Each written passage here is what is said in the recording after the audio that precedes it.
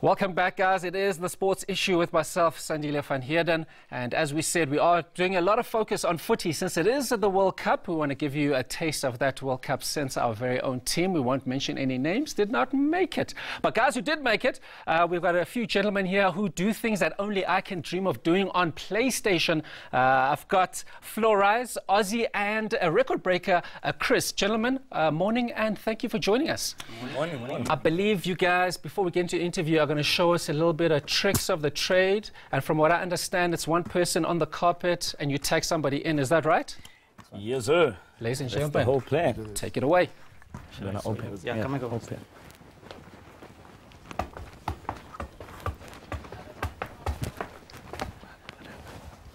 Yes, you have 30 seconds.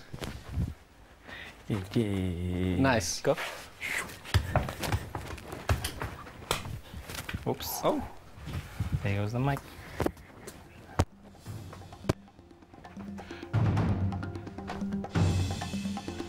Yes. And what's your mic? Oh, Chris wants 2 balls. No. Stop it, Chris.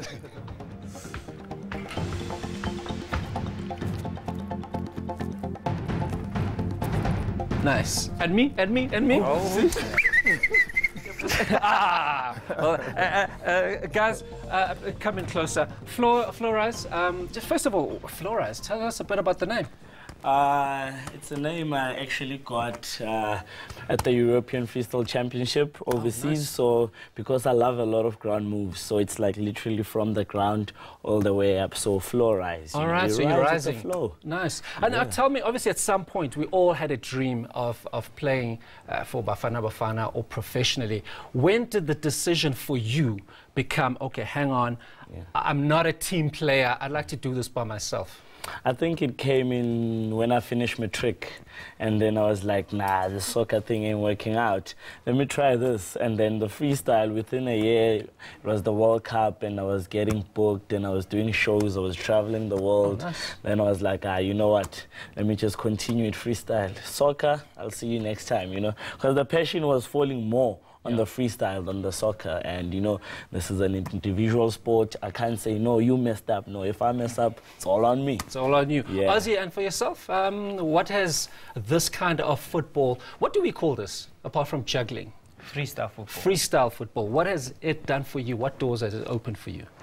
For me personally, I was able to travel the world, so represented South Africa at the World Champs.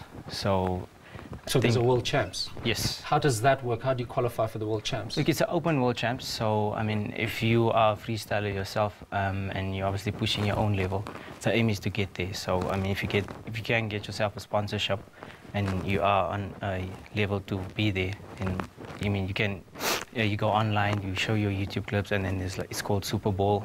You can actually enter online, and then they send you an invite.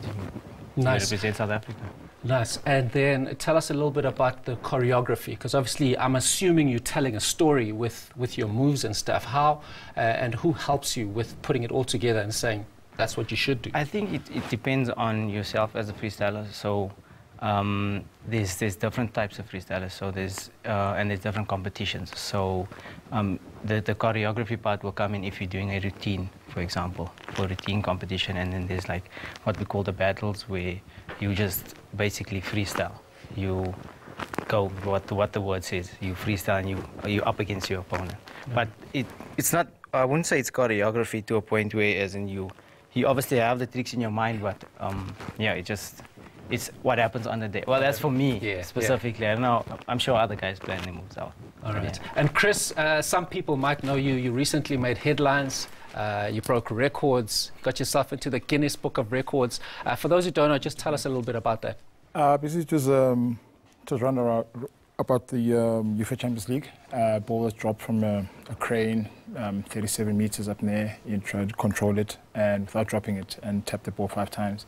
Nice. And I managed to do that and beat Theo Walcott as a record. He did 35 meters. Wow. And yeah, not too bad.